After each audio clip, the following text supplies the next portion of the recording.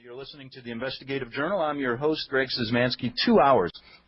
2 hours with great interviews all the time. We get into the news behind the scenes that the mainstream media refuses to cover. What a shame. Let me just update some things before I tell you who my guest is today. I've been promoting it all week, and we're going to get deep inside the family, the order, the Illuminati today for 2 hours. And you got to stay with us from the beginning to the end of this interview. Okay, we're back. It's 8 minutes after the hour, and we're going to get deep inside the Illuminati, the family, the order. We have a guest that was involved with this group, born into it for over 30 years, and her name is Svali. Svali, are you with us? Yes, I am. Well, it's nice to have you here, and I know you don't give radio interviews, and I really want to thank you because I think it really does help the American people understand about this secret organization that you were born into. So I guess before we, I guess we can just start from the beginning and tell us right from the beginning, you were born into this from wealthy parents, and tell us about your training in this group and when you were a young child and then up into your orientation at the Vatican. Go ahead. That's a pretty broad area, though, Greg. I mean, that could take hours, if you know what I mean. Yes, but if you could just outline it for us. Yeah. I mean, I was born in the group. I was born in Germany, came to the U.S. very young, and basically went through all the training that the group, all members of the group do undergo training to different degrees, depending on the role.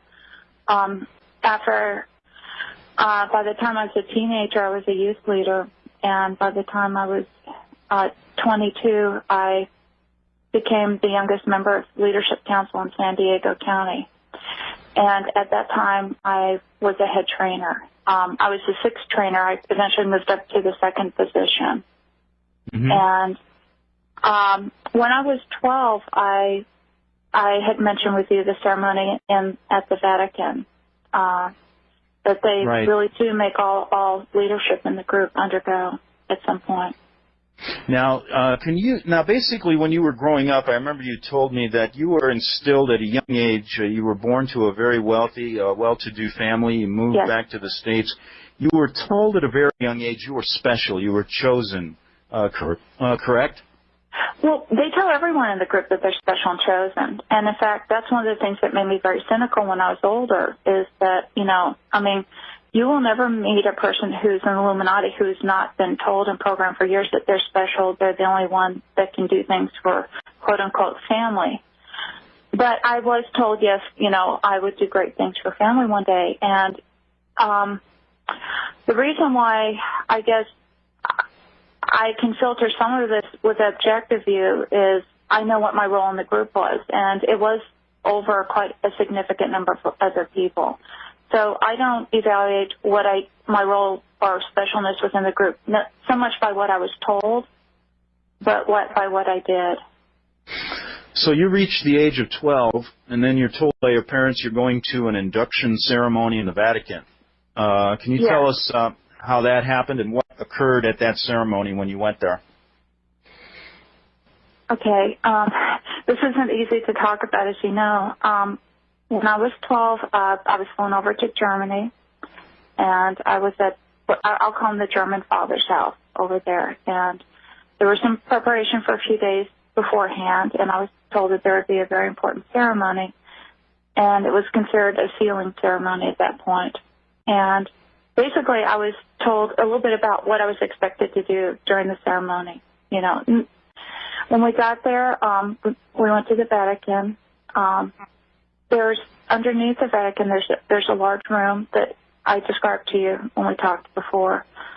It has 13 catacomb chambers leading into it and what they do is they, as you go down these steps into the room, you can see that it's almost circular, and so they're all around it, and they bring out the mummies from the catacombs, and they set them beside each one, and they say that the spirits of the fathers watching over the ceremony. And during the ceremony, there was a large table in the center of the room. It was on top of a huge golden pentagram, and they had a ceremony there. Okay, now how many other children were with you being inducted into the family or the order, as they call it? There were two other children. at that point. And there were several adults too. Okay. See, the church also brings in adults to swear their allegiance too. Just so you know, I was told, and I don't know if this is true, but if you want to rise to a certain position within the Catholic Church hierarchy, you do have to go through that ceremony as well. Okay, so you're down in this room with your parents weren't present. No. The German father and the French father were. Yeah. Okay, and at that point, tell our listeners what you witnessed. Well, there was a table. It looked like dark glass in the center of the room. I mean, it was made of stone, but it was very shiny and dark and black. And it may have been something like obsidian or onyx. I'm not sure. You know, I'd have to. That's the only time I've seen stone like that. And it had, like, around the corners, they had, like, these gold, I guess, channels that you know, to collect fluids. And little boy was placed in the center of the table and drugged. I think he was drugged because he was very quiet. He didn't move or say anything during the ceremony. This was a little 3 or 4 year old boy. Yes. Correct? Yeah. And then they continued to go ahead. They continued to do a child sacrifice. Yes, right they in front did. of you. They did. Yes. Yeah, I told you about that before. Yeah.